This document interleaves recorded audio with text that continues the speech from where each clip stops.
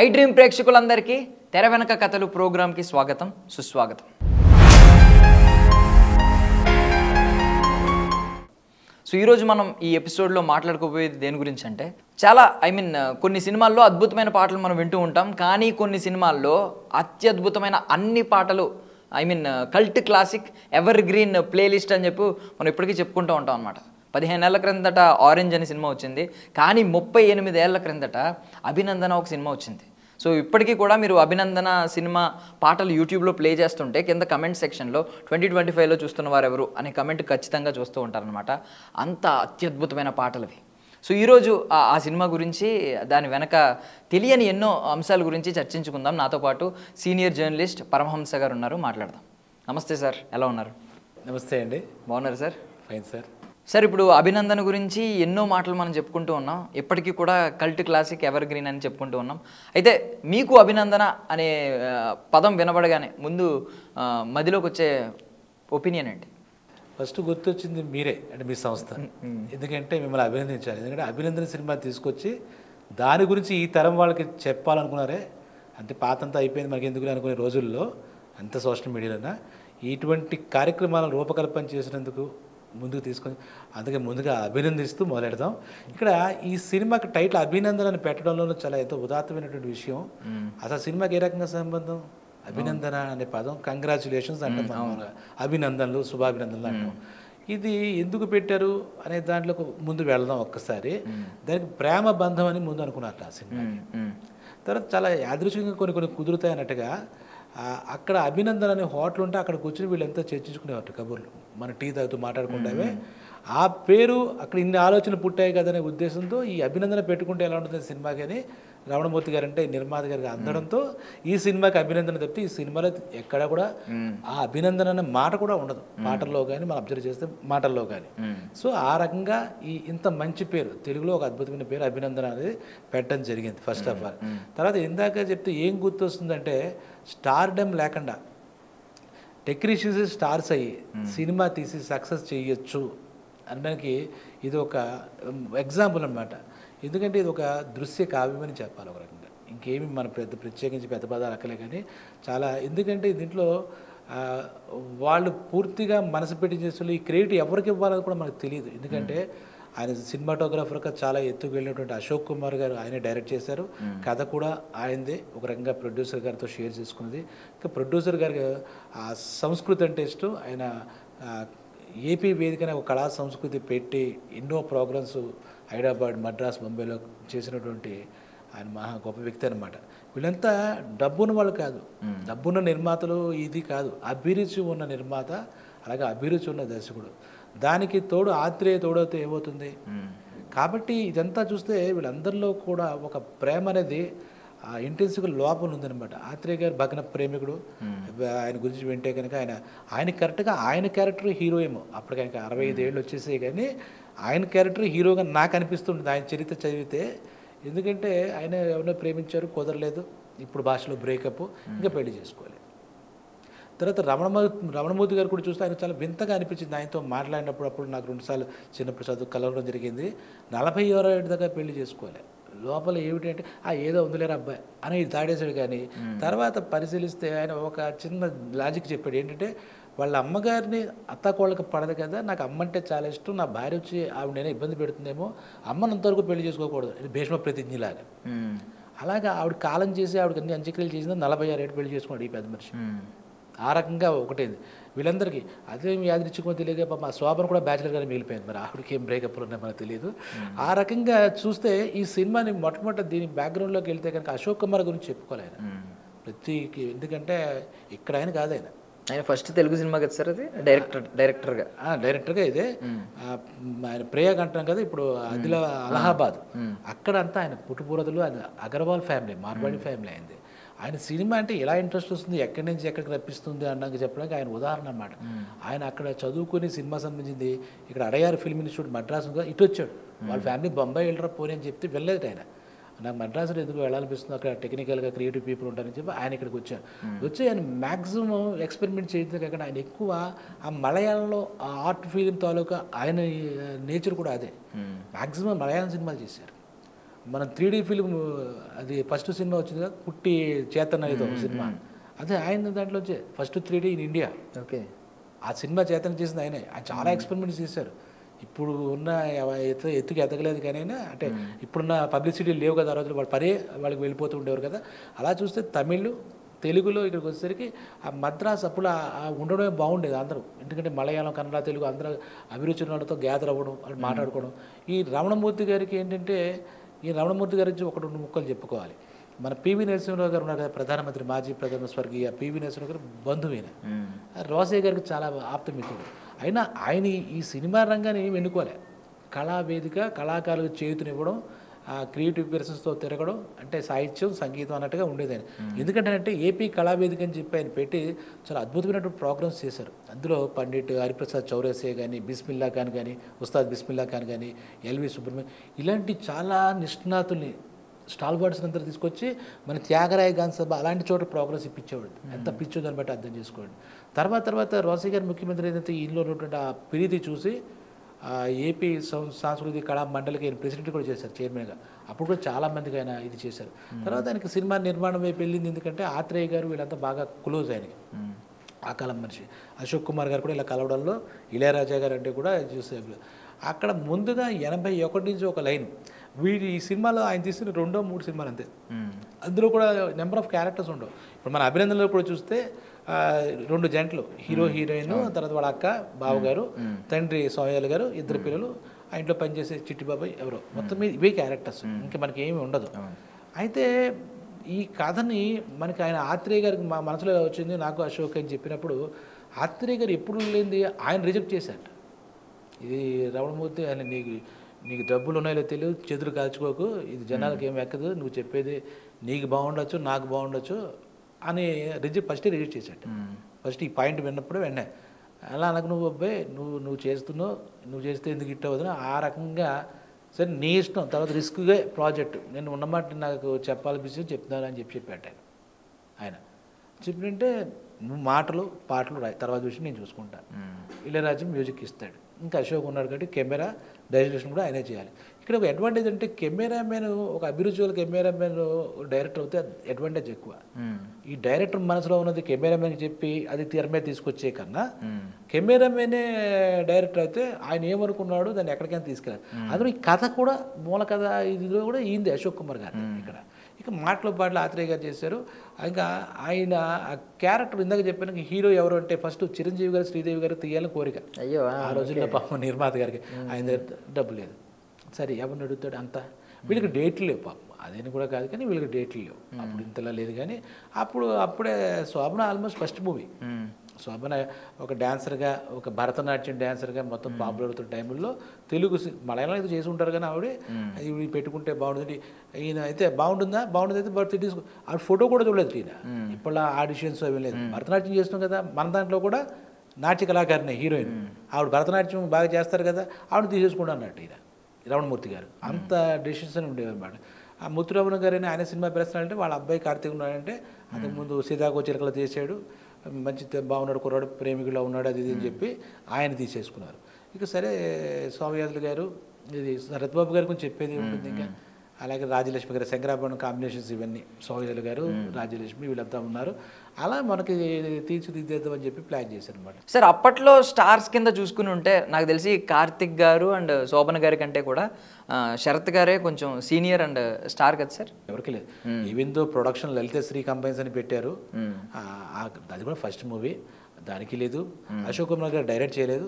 కొంతమందికి సినిమా ప్రేమికులు కెమెరా గురించి మాట్లాడే వాళ్ళకైతే ఆయన హిందీలో చేశారు, ఆ పలానా అవార్డ్స్ వచ్చారు. ఆ రకంగా కెమెరా పనితనాన్ని అభినందించే వాళ్ళందరికీ కూడా అశోక్ కుమార్ గారు పరిచయం తప్పితే డైరెక్టర్గా కూడా తెలుగు ఆయనకి మొట్టమొదటి సినిమా. ఆ వాల్యూ అంటే ఇప్పుడు డైరెక్టర్ గారు రాఘవేంద్ర గారి సినిమా చూద్దాం అనేది ఆ ఇమేజ్ కూడా లేదు, ప్రొడ్యూసర్కి ప్రొడక్షన్ హౌస్ ఇమేజ్ లేదు. ఇక్కడ ఇమేజ్ ఉన్నది ఎవరు? ఇళయరాజా గారు, ఆత్రేయ గారు.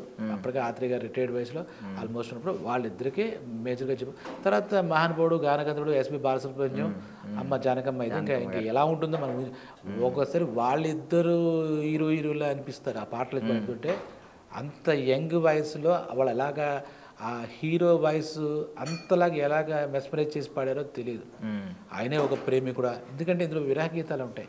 అమ్మాయితో బ్రేకప్ అవుతుంది, అంటే విడిపోయే పరిస్థితి వస్తుంది అన్నప్పుడు ఒక 3-4 పాటలు డ్యూయెట్స్ ఎక్కువ పెడితే చూసాను తెలిసే, కానీ సినిమాకి యాక్చువల్ రూల్ అయితే గ్రామర్ ప్రకారం ఒకటి చాలు బ్రేకప్ సాంగ్. ఏ సినిమాకైనా, అవునవును, లవ్ సినిమాలకైనా ఆఖరిలో క్లైమాక్స్లో వచ్చే పాట ఏదో ఆల్మోస్ట్ 5 పాటలు ఉంటాయి కదా సార్, సాడ్ సాంగ్స్. సాంగ్స్ 5 పాటలు పెట్టి అది ఎంత ధైర్యం చేయాలి అంటే వాళ్ళు చాలా తెలివైన వాళ్ళు. స్క్రిప్ట్ చేసే టైంలో అశోక్ కుమార్ గారు ఏం చేస్తుంటే, వీడు ఒక చిత్రలేఖనం ఆర్ట్ ఫైన్ ఆర్ట్స్లో అలాగా, దాంతోపాటు గాయకుడు ఎలా పెట్టారు వీళ్ళు, మేము గాయకులుగా చేస్తాం అని చెప్పి శరత్ బాబు గారు కూడా ఒక మ్యూజిక్ కంపెనీ లాగా ఆయన పెట్టి వాళ్ళు ఎక్కడ దొరకలేదు మనకి. ప్రతి సీన్కి సంబంధం లేకుండా తలాతోక లేకుండా లేదు. ఆ అమ్మాయి కూడా ఫైన్ ఆర్ట్స్లో డ్యాన్స్ చేస్తున్నప్పుడు ఆ ఫైన్ ఆర్ట్స్లో ఒక కాంపిటీషన్లో వీళ్ళిద్దరు కలిసినట్టుగా పెట్టాడు. ఈయన సింగరు, ఆవిడ. అది ఇంకా అందులో పెడితే డ్యూయట్స్గా మాట్లాడుకుంటే 2 డ్యూయట్స్. ఇంత ప్రేమ కథా చిత్రంలో కూడా డ్యూయట్స్ 2. ఒకటి రంగుల్లో కలవు, ఏదో పొంగుల్లో కలవు అనేది అదొకటిను, మంచు కురిసే వేళలని అదొక 2 డ్యూయట్స్ వీళ్ళిద్దరి మధ్య చాలా క్యూట్గా ఉంటాయి. అందులో ఈ సినిమాకి వీళ్ళంతా కలిసి నిర్ణయించుకున్న బ్యాక్గ్రౌండ్ కూడా కొంచెం కావాలి. ఇది కొడైకెనాల్ బ్యాక్గ్రౌండ్లో ఒక సినిమా కథ జరుగుతుంది. సో వీళ్ళు కొడైకెనాల్ వెళ్ళిపోయారు. అక్కడ అప్పటిదాకా అది ఫ్రెష్ అనమాట. ఇప్పుడు మన ఫారిన్ కంట్రీస్ వెళ్ళిపోతామే, టర్కీ అని న్యూజిలాండ్ అనేది వెళ్ళిపోతారు మన వాళ్ళు. అలాగే మన దగ్గర ఉన్న వాటిలో ఏది బాగుంటుంది అంటే కొడైకెనాల్, అక్కడ చెరువులు కానీ అక్కడ ఈ ప్రకృతి దృశ్యాలు కానీ అక్కడికి వెళ్ళారు. కథ కూడా అక్కడే, వీళ్ళ ఫ్యామిలీ అంతా అక్కడే ఉంటారు. అక్కడ ఫైన్ ఆర్ట్స్ ఈ అబ్బాయి నేర్చుకుంటాడు. అక్కడ ఇద్దరి మధ్య వాళ్ళ పేరు కూడా అలాగే రాజారాణిని పెట్టారు. చాలా అత్రిగా చాలా చమక్కులు చేస్తారు కదా, అలాగే రాజారాణిని పెట్టడం జరుగుతుంది అనమాట.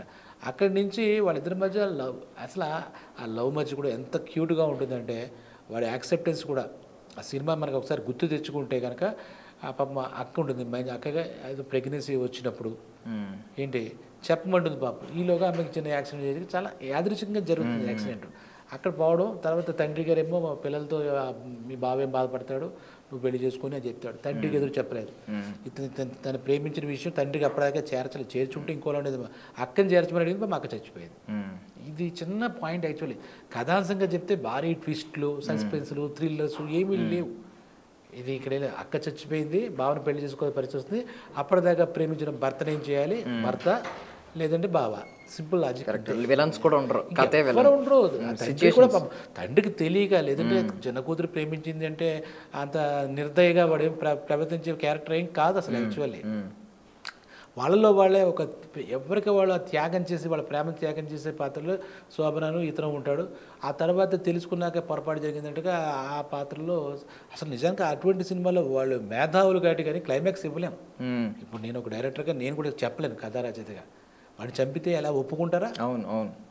ఇప్పటికీ చాలా మంది అంటున్నారు సార్, ఎందుకు చంపేయాల్సినంత అవసరం ఏముంది, వేరే కలపచ్చు కదా అని చెప్పి.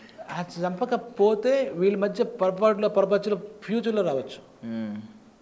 దాని త్యాగంలాగా దాన్ని అసలు ఇంకా, ఎందుకంటే అప్పటికే మనం హృదయం బరువెక్కుతుంది ఆ పాటలతోనూ వాటితో. ఇంకా సినిమాకి ఇంకా వాళ్ళిద్దరూ ఒకటయ్యారంటే మన ఆనందం. ఇంకా శరత్ బాబు ఏమయ్యాడు, సోమయాజులు ఏమయ్యాడు, ఇవి మనకి ఆడియన్కి అక్కర్లే. ఎందుకంటే చాలా పెయిన్ఫుల్గా ఉంటుంది. ఇందాక మీరు అన్నారే పాటలని, ఆ పాటలతోనే మనకు సినిమా చెప్పేశాడు. ఎందుకంటే ఫస్ట్ జానకమ్మ గొంతులు చక్కలాంటి అబ్బాయి, చక్కనైన అమ్మాయి, చుక్కలాంటి అబ్బాయితో అసలు ఇలా వీళ్ళిద్దరు లవ్ ఇలా ఉంది అని చెప్తారు. ఆ లవ్ ఫెయిల్ అయినప్పుడు అదే పాట సాడ్ వెర్షన్లో. అప్పుడు ఆత్రేయ గారికి అది ఇష్టం. పాత సినిమాలు కూడా చూస్తే దాగుడుమూతలు అవి ఒక పాటనే ఒక హ్యాపీ మూడ్లో రాయడం, ఇంకోటి సాడ్ మూడ్లో రాయడం, ఈ 2 పెట్టమండం అదే పాట. అది ఆత్రేయ గారి మార్క్ యాక్చువల్ ఇండస్ట్రీలో. అదే మార్కు. ఆ తర్వాత బ్లాక్ అండ్ వైట్ నుంచి కలర్కి వచ్చి 87 దాకా వచ్చినా కూడా ఆ మార్క్తోనే ఆ పాట చేశారు. సరే, అది వాళ్ళందరూ పెద్దవాళ్ళు, వయసు అయిపోయిన వాళ్ళు, 60 ఏళ్ళు దాటిన వాళ్ళైనా వాళ్ళల్లో ఆ ప్రేమ అలాగే ఉంది. అది చెప్పుకునే విశేషం ఏంటంటే అలాగే ఏంటంటే ఆత్రేయ గారి గురించి ఎంత చెప్పినా ఎన్ని మాట్లాడినా తక్కువనట్టుగా చేసినా నువ్వు ప్రేమ క్షీరసాగర మదనం అంటాడు. ఆ పదం అసలు మామూలు మనిషి అయితే వేయకూడదు కూడా. ఇంకా శ్రీనాథుడు, ఇలాంటి కాళిదాసు, ఇలాంటి మహాకవులకి అంటే ఇప్పుడు సోషల్ కాబట్టి దీంట్లో చెప్పలేదు, కానీ ఆ స్థాయి పదాలు, ఆ స్థాయి మాటలతో అది మరి రాసేస్తాం బాగానే ఉంది. మరి సామాన్య ప్రేక్షకులకు అర్థం వాళ్ళకి అలా కూడా అలాగే ఇంజెక్ట్ చేశారు ఆ పాటలు. ఈరోజు కూడా పండితులనే కాదు, పామరులనే కాదు, ప్రతి ఒక్కళ్ళు ఆ పాటలు ఏదో ఒక సందర్భంలో పాడుకుంటూ ఉంటారు. ఇప్పుడు కూడా మన హైదరాబాద్లోనూ ఎక్కడ ఒక హోటల్లో, ఓల్డ్ సిటీలో పొద్దునుంచి సాయం దాకా ఈ 7 పాటలే వేస్తూ ఉంటారు. ఆయనకి అంత పిచ్చో తెలియదు ఆ ఓనర్కి. ఈ పాటలు తప్పితే వేరే పాట అప్పుడే గత సినిమా రిలీజ్ అయిన 37 ఏళ్ళలో 38 ఏళ్ళు అయింది కదా, ఇప్పుడు కూడా ప్రతి పూట పొద్దున వెళ్ళినా మధ్యాహ్నం వెళ్ళినా మన అవే పాటలు అదే క్యాసెట్ రిపీట్ అవుతుందట. మరి ఆ పాటలు అంతలాగా జనం కూడా ఎవరు ఆ పాటలు వినడానికి వెళ్తూ ఉంటారట. మరి ఎంత దీనికి కీర్తి అంటే ఆ పాటల గౌరవం అవార్డు అనేది పక్క పెడితే, అంటే బాలుగారికి ఆ రంగుల్లో ఆ పాటకి నంది అవార్డు వచ్చింది. అప్పుడే జూరీ అవార్డు కింద హీరోగా ఇతను కూడా వచ్చింది. సెకండ్ బెస్ట్ కింద సిల్వర్ కేటగిరీ వచ్చింది. రజిత నంది అంటాక సినిమా ఇచ్చారు, అది ఇవ్వలేను కదా. దానికన్నా ముందు చాలా అష్ట కష్టాలు బట్టి అష్ట దరిద్రాల నుంచి తీసిన నిర్మాతకు కూడా ₹4 మిగిలే. ఎందుకంటే దీన్ని కాదల గీతం అని చెప్పి తమిళ్లో ఈ సినిమా వచ్చింది, కన్నడలో కూడా అభినందన్నే అని ఏదో పెట్టి ఏదో అభినందన సింహారుగా అదే పేరు ఉంటుంది కదా, తెలుగులో కన్నడలో డబ్ చేశారు సార్, డబ్ చేశారు. తర్వాత డబ్ చేయలేదు కానీ హిందీలో కూడా ఇదే కథాంశంతో బేవఫా అని ఒక మూవీ చేశారని చెప్పాను. నేను చూడలేదు కానీ బేవఫా. ఎందుకంటే ఈ సినిమాకి చూస్తే మనకి దానికి ఏదో వశీకరణ ఉంటుంది, ఇంకా తర్వాత మనం ఏం చూడలేం. ఈ లవ్ మూవీస్ చాలా వచ్చాయి లవ్ జోనర్లో, కానీ ఇది దీనికి ఒక ప్రత్యేకత ఉంటుంది అన్నట్టుగా చిన్న పాయింట్, అది హ్యూమన్ ఎలిమెంట్లో ఆ చిన్న అదే ట్విస్టు మనకి అదే తప్పితే ఇంకా కన్ఫ్లిక్ట్ కూడా ఏమి ఉండదు సినిమాలో. అపార్థాలు చాలా నీట్గా ఉంటుంది, క్లీన్ అండ్ నీట్ మూవీ లాగా ఉంటుంది. కానీ అక్కడ ఇంకా అంతకు మించి ఏమి ఉండదు అనమాట అక్కడ యాక్చువల్లీ. అంటే ఇప్పుడు అందరూ త్యాగమూర్తులే సినిమాలో మొత్తం అందరూ. ఈవెన్ లాస్ట్లో వీళ్ళిద్దరు త్యాగం చూసి శరత్ కుమార్ గారు త్యాగం చేస్తాడు. బట్ ఏంటంటే త్యాగం ఎవడో ఒక్కడైనా స్వార్థంగా ఆలోచించి వెళ్ళి నోరు విప్పి ఇది సంగతి అని చెప్తే మారిపోయేది కథ. అంటే ఈ కథలో రాణి అతను చెప్పిన తర్వాత ఎవడైన తర్వాత తనకి తను సాక్రిఫైస్ చేసి తనతో ఒక తాగుబోతులు అలా మారుతాడు.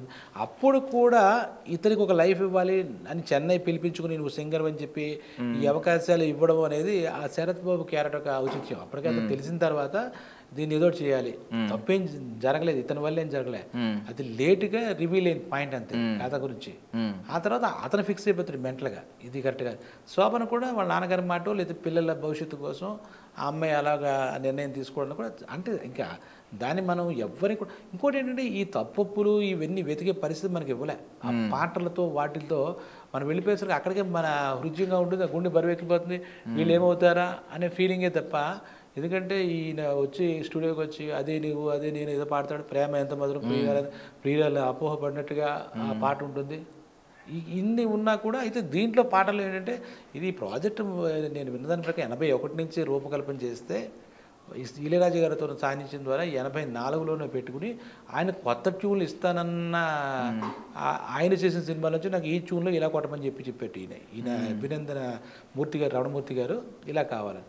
అలాగే ప్రతి పాట అంతకుముందు హిందీలో ఇచ్చిన ట్యూన్ ఏదో ఉంటుంది, ఒక పాట తనటు పట్టుపట్టేసాడు. ఎదుట నీవైన ఒక పాట ఉండగా అది అన్వేషణలో వంశీ అడిగాడు ఆ ట్యూన్ ఇళ్ళలోలయ్య అనేది ఒక పాట ఉంటుంది.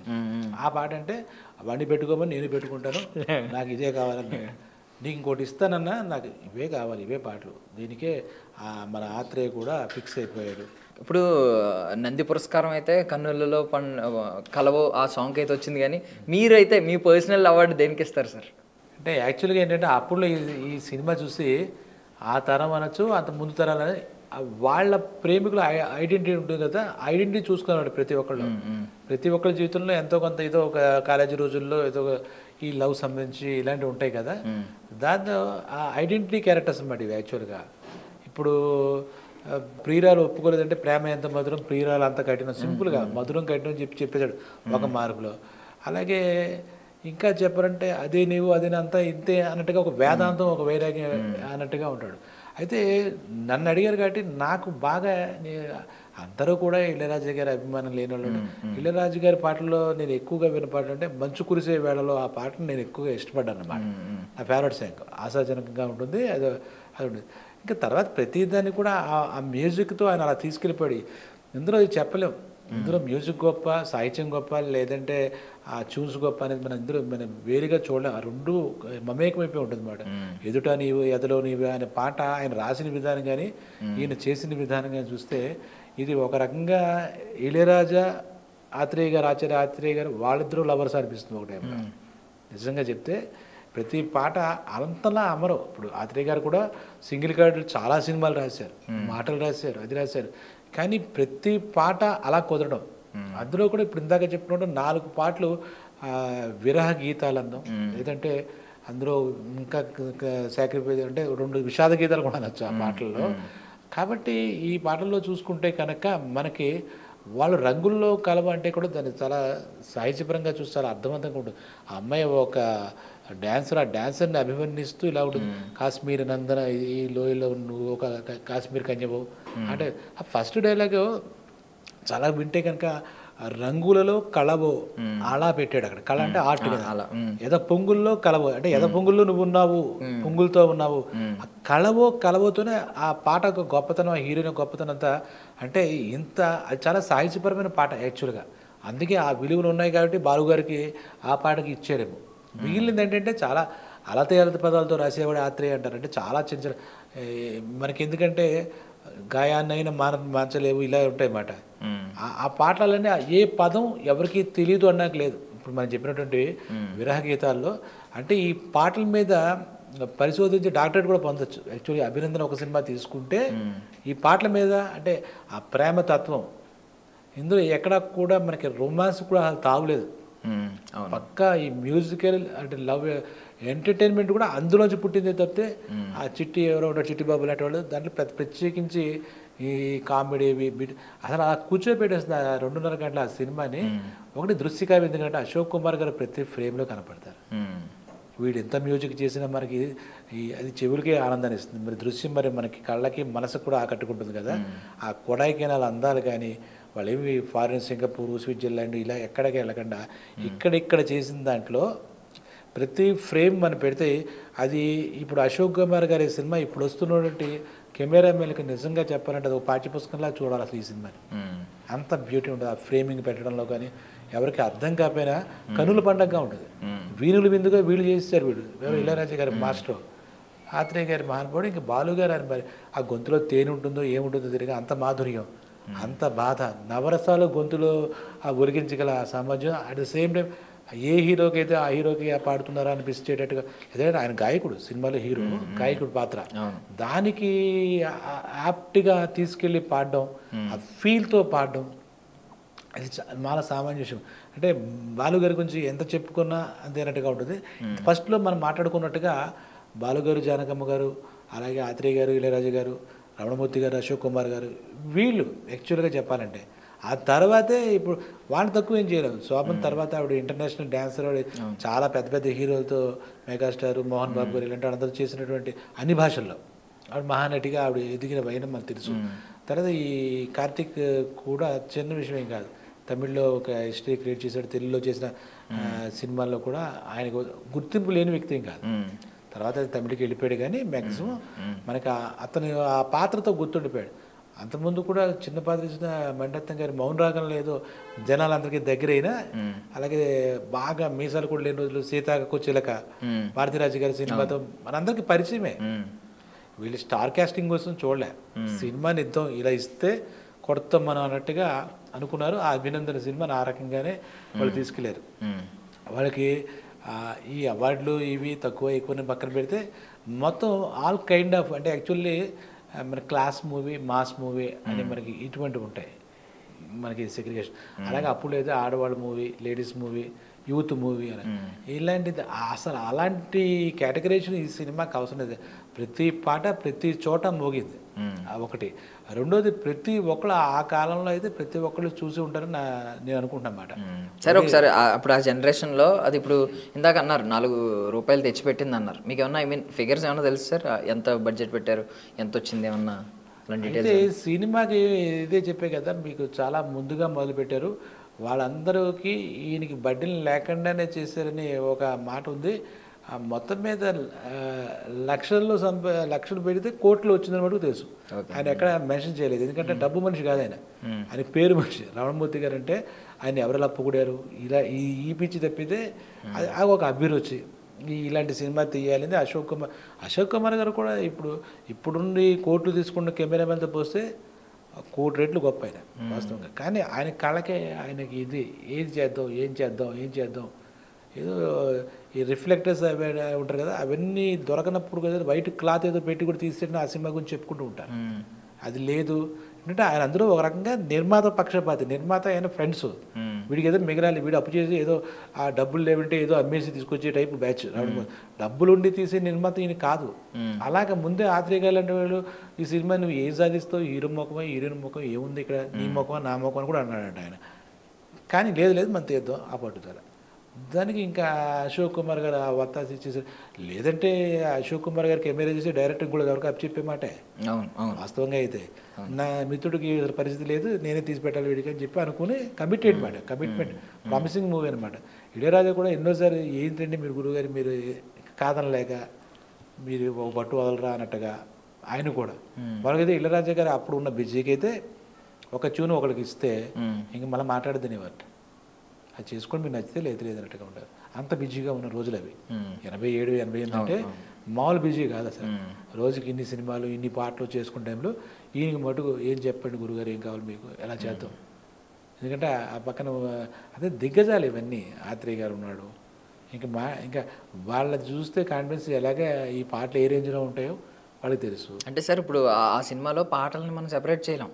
పాటలే సినిమా, అసలు రెండు పాటలే సినిమా, సినిమానే పాటలు అన్నట్టు ఉంటాయి. ఈ జనరేషన్లో అసలు నేను అలాంటి స్టోరీస్ కానీ అలాంటి సినిమాలు కానీ చూడలేదు. అంటే మనం పాట వస్తే స్కిప్ చేసేసి రోజులు ఉన్నాయి. లేదంటే బయటికి వెళ్ళి సిగరెట్ కలుసుకుని వచ్చే వాళ్ళు కూడా. అంటే మామూలుగా ఒక నానుడు ఉంటుంది అన్నమాట, అద్భుతాలని మనం సృష్టించలేము, అవి అయిన తర్వాత అద్భుతాలుగా గుర్తించగలం మనం అంటాడు. అద్భుతాలు మనం సృష్టించలేము, జరిగాక అది అద్భుతం అని మనం గుర్తించగలుగుతాం. అలాంటి అద్భుతం ఇది అనమాట. ఇంకోటి ఈ ఏ జనరేషన్కి ఆ జనరేషన్ ఇప్పుడు డైల్యూట్ అవుతుంది. టెక్నాలజీ పెరిగింది, విలువలు తగ్గాయి. యాక్చువల్లీ ఇప్పుడు కళాత్మక విలువలు అప్పుడు ఉండేవి, టెక్నాలజీ అవసరం పడేది. ఇప్పుడు మనం చెప్పిన అందులో గ్రాఫిక్స్ ఏముంటాయి, ఏముండవు. చాలా నేచురల్గా ఆ లొకేషన్లో వాళ్ళు ఇలా మనం ఎలా మాట్లాడుకుంటూ అలా మాట్లాడుకుంటూ ఉంటాయి సంభాషణలన్నీ. కానీ టెక్నాలజీ డామినేషన్ చేయలేదు. ఇళయరాజా గారి ఆర్కెస్ట్రైజేషన్ కూడా మనం అబ్జర్వ్ చేస్తే ప్రతి ఇన్స్ట్రుమెంట్ మనకు చాలా స్మూత్గా వినపడుతుంది. ఇంకా మాట్లాడితే కొంచెం నాలెడ్జ్ ఉన్నాడు, ఆ టింగ్లు కూడా వాడి పాడేసుకుంటూ ఉంటాడు పాటలు. అలా ఉంటుంది అక్కడ. ఇప్పుడు మంచు కురిసే వేళలో ఆ బీజిఎమ్స్ కానీ ఆ ముందొచ్చి ఇది కానీ మనందరికీ ఆ పాట ఆ ట్యూన్ ఏంటంటే ఈ పాట ఇదేనంటే మనకి ముందే తెలిసిపోతుంది అనమాట. ఆఖరికి మన భగ్న ప్రేమికుడిగా వాడు పాడిన పాటలు కూడా మనందరికీ తెలియకుండా ఎంత దగ్గరగా అది మనం పాడేసుకుంటున్నాం. అప్పుడు సినిమా చూస్తే కూడా అది హంటింగ్లా ఉంటుంది అనమాట, అది ఎప్పుడు వెంటాడుతూ ఉంటుంది. అసలు అంటే జనరేషన్తో కంపేర్ చేసిన సినిమా కాదు, ఈ జనరేషన్ కూడా చూడదగ్గ సినిమా అనమాట. ఆ ప్రేమలో కూడా విపరీత చేష్టలు, ఏవో కోసేసుకోవడాలు, ఈ యాసిడ్ పోసేసుకోవడాలు ఇలాంటివి ఏమి ఉండవు ఆ సినిమాలో. చాలా స్వచ్ఛమైన ప్రేమ, అమలిన ప్రేమ అంటారు కదా. అక్కడ వాళ్ళకి ఎంత ఏంటంటే చాలా జాగ్రత్తగా అబ్జర్వ్ చేస్తే ఆ మంచు కురిసే వేళ ఆ పడవల్లో కొడైకెనాల్ ఆ సరస్సులో ఉంటాయి, ఇద్దరు ఒకళ్ళొకరు టచ్ చేయరు, ఇలా చేతితో ఒకళ్ళొకరు కూడా పుట్టుకోరు. అంటే అన్ని భావాలు వాళ్ళ ఇప్పుడు చెప్పిన ఈ టెక్నీషియన్లకి అశోక్ గారు మామూలుగా అయితే అసలు ఇలాంటి పాటలకి అలా ఎద పొంగులు లాంటి ఇలా అత్తేసుకోవచ్చు. ఆ ఫస్ట్ ఆ స్టేజ్ మీద ప్రోగ్రామ్ కూడా చూస్తే ఆ అమ్మాయి అలా చూస్తూ ఇలా గీస్తున్నట్టు ఉంటాడు. అలా అప్పటికే పాటకి చాలా స్పీడ్ వచ్చింది. 80 నుండి మరీ జనరేషన్ కాదు, చిరంజీవి గారి పాటలతో ఊపేస్తున్న రోజులు, స్టెప్పులు గిప్పులు హగ్గులు గిక్కులు అన్నీ ఒకరి మీద ఒకరిని దొల్లేస్తున్న రోజులు అవి నిజంగా హీరోయిన్లు. కానీ వద్దు, చాలా డీసెంట్ ఇలా ఉండాలి మనం కూడా అనిపించి ఒక పాటలు లాంటిది. ప్రేమికులకు కూడా మనం గమనిస్తే కనుక ఇలా వెంటనే రిజిట్ చేసిందంటే వీడు ఏదో మందు తగినట్టుగా చూపించారు భగ్న ప్రేమికుడు అని మాట తప్పితే, అది తప్పితే ఏదో చచ్చిపోయి ఇది చేసేసుకుందాం దాన్ని చంపేద్దాం అటువంటి విపరీత ధోరణి లేవు పాటలు. అసలు వాళ్ళు ఎవరిని ఏమీ తిట్టలేదు, దండించలేదు, ఫైటింగ్ కూడా వెళ్ళలేదు. ఆ అమ్మాయితో కూడా ఆర్గ్యుమెంట్స్ కూడా లేవు, వాళ్ళ తండ్రితో ఆర్గ్యుమెంట్స్ లేవు, చేయి కోసుకుంటాను ఇలాంటి విపరీత చేష్టలు లేవు. చాలా డీసెన్సీ మూవీ అనమాట. ఈవెన్ అంటే ఒకటి ఏంటంటే పెళ్ళి అయిన తర్వాత శరత్ కుమార్ గారు తీసుకొచ్చిన తర్వాత కూడా శరత్ కుమార్ గారు అవైలబుల్గా లేని సిచ్యువేషన్లు ఉంటాయి, బయటికి వెళ్ళిపోయిన సిచ్యువేషన్. హీరోయిన్ వెళ్ళి కలవదు, అసలు కలవడానికి ఇష్టపడదు, తను ఫిక్స్ అయిపోతుంది, తన వాల్యూస్ తను ఫిక్స్ అయిపోతుంది అంతే. అంటే అప్పటికే తన హీరోయిన్ రాజాన్ని త్యాగం చేసేదని ఫిక్స్ అయిపోతుంది. ఇది పద్ధతి కాదు అని అడగడం. అక్కడ మనకి అంటే శరత్ బాబు గారు అంటే చెప్పుకోవాలి ఈ సందర్భం కాబట్టి మన తెర వెనకాల ఆయన ఆ కథలో ఎంత లేనటువంటి వాళ్ళిద్దరినీ కూడా అబ్జర్వేషన్ చేసుకుంటే ఆయన ఫేషియల్ ఎక్స్ప్రెషన్ కానీ అది కానీ తెలుసు, కానీ ఏం జరుగుతుందో తెలుసు, ఎలా కలపాలి. మరి ఆయనకి ఏముంది మార్గం? కన్యాదాన సినిమా ఇద్దరు చేతులు పెట్టేసి పెళ్ళి అయిపోయింది, ఆ సిస్టమ్ లేదు అక్కడ. అంటే ఇక్కడ నేను వెళ్ళిపోతేనే కరెక్ట్, వీళ్ళిద్దరు హాయిగా ఉంటారు, ఇది లేకపోతే కాబట్టి పిల్లలకి ఏ ఇబ్బంది లేదు. అలాగా ఒక త్యాగం తాలూకు ఏదో తీవ్రమైన నిర్ణయం తీసుకున్నట్టుగా మనకు సినిమా చూపిస్తారు తప్పితే, లేదంటే వీడు ఇద్దరు ఏమైపోతారు పాపం పిల్లలు మాకు తెలియలేదు, ఏదో జరిగిన పొరపాటుకి నా దురదృష్టానికి వాళ్ళు ఎందుకు బలవ్వాలి, అలాగే ఏదో ఆయన తీసుకున్నాడు అనమాట. ఆయనకి కూడా వీళ్ళిద్దరి మీద ఎంత ప్రేమ ఉంది అనేది మనకి చాలా అంటే చాలా అండర్ కరెంట్గా చాలా ఎమోషన్స్ ఫీలింగ్స్ ఆ సినిమాలో వెళ్తుంటాయి. లేకపోతే మనం ఇంత ఓన్ చేసుకొని ఇప్పటికి కూడా దగ్గర 4 దశాబ్దాలు అవుతున్న తర్వాత కూడా మనం మాట్లాడుకుంటున్న ఈ సినిమా గురించి ఇప్పటికీ మనం చూస్తే సినిమా ఫ్రెష్గానే ఉంటుంది. కరెక్ట్. ఇప్పుడు కూడా ఫ్రెష్గా ఉంటుంది. ఇప్పుడు ఈ ప్రేమకి అప్పుడు కాలం ప్రేమికులు ఇప్పుడు కాలం ప్రేమికులు అని ఏముండదు. ఎందుకంటే యుగాల నుంచి కూడా ప్రేమ ఒకటే. మనం గమనిస్తే ఇప్పటికీ మనం ఏం ఫోటో పెట్టుకుంటారు ప్రేమికులు? రాధాకృష్ణ పెట్టుకుంటారు. వాళ్ళు ద్వాపరయుగం వాళ్ళే మనకి ఇప్పటికి కూడా ఐడియల్స్. రాధాకృష్ణుల ప్రేమతోనే మొదలెడుతుంది పాప, ఇంకా తర్వాత మిగిలిన వాళ్ళు. ఎందుకంటే ఆ ప్రేమ యువకుల ప్రేమలో అప్పటి నుంచి ఇప్పటి నుంచి ఎప్పుడైనా ఒకటే. అప్పుడు జనాలు రాముల వారికి కన్నీళ్ళు వచ్చాయి, మనకి కన్నీళ్ళు వచ్చాయి అన్నట్టుగా మనిషి జన్మ ఎత్తి ప్రతి ఒక్కరికి అవే ఎమోషన్స్, అవే కన్నీళ్ళు, అదే ప్రేమ. ముఖ్యంగా యువకులు కలిగే భావావేశాలు అలాగే ఉంటాయి. పరిస్థితులు కూడా అలాగే ఎదురవుతూ ఉంటాయి. అంటే ఇందులో పరిస్థితులు తప్పితే ఎవరు విలన్స్ లేరు. మామూలుగా ప్రేమ సినిమాలు ఏమవుతాయి?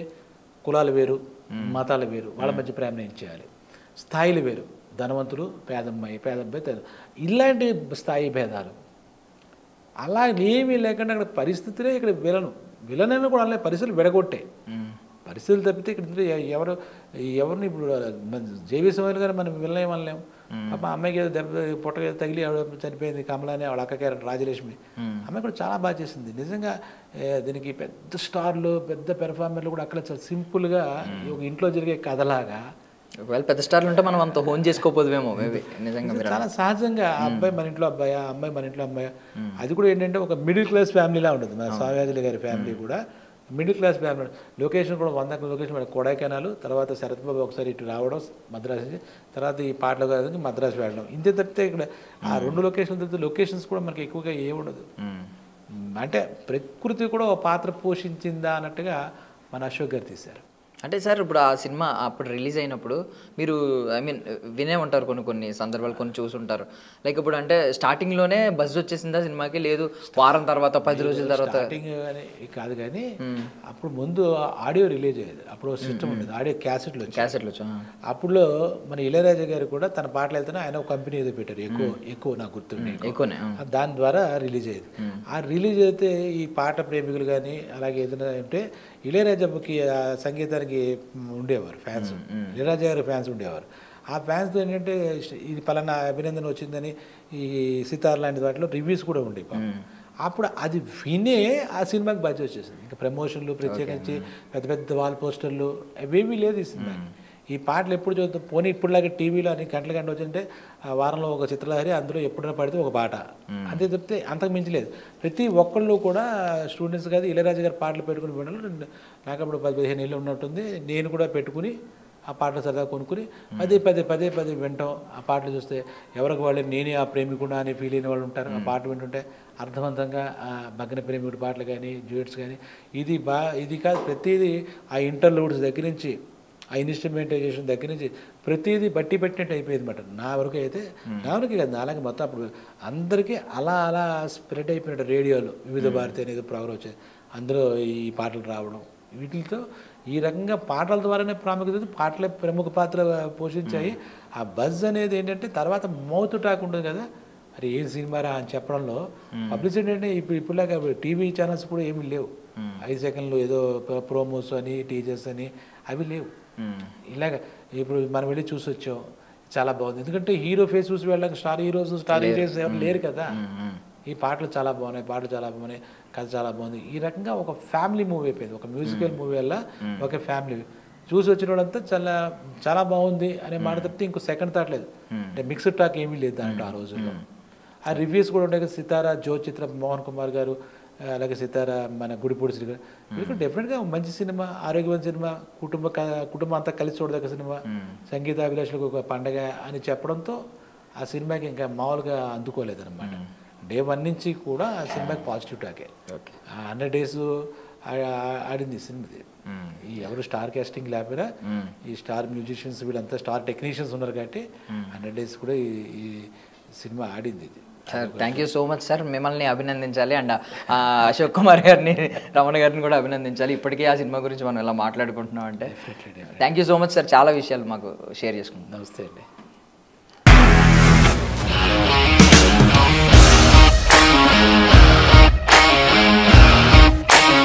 ఇండస్ట్రీలో కమిట్మెంట్ ఇష్యూస్ వస్తే నీకు కూడా వచ్చినట్టు మార్నింగ్ తీసుకెళ్ళాడంటే కొట్టి పడేసాడు.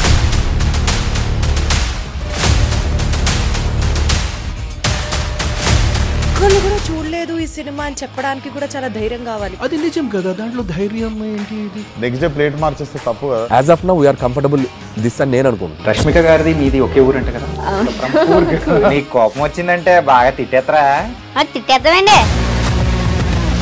నిజంగా గేమ్ ని ఎలా చేంజ్ చేయగలిగారు? ఏపీఎస్ఎఫ్సి వాళ్ళకి 6 నెలల్లో నేను 6 లక్షలు కట్టా. బిజినెస్ చేయాలనుకుంటే it is as difficult as riding a tiger.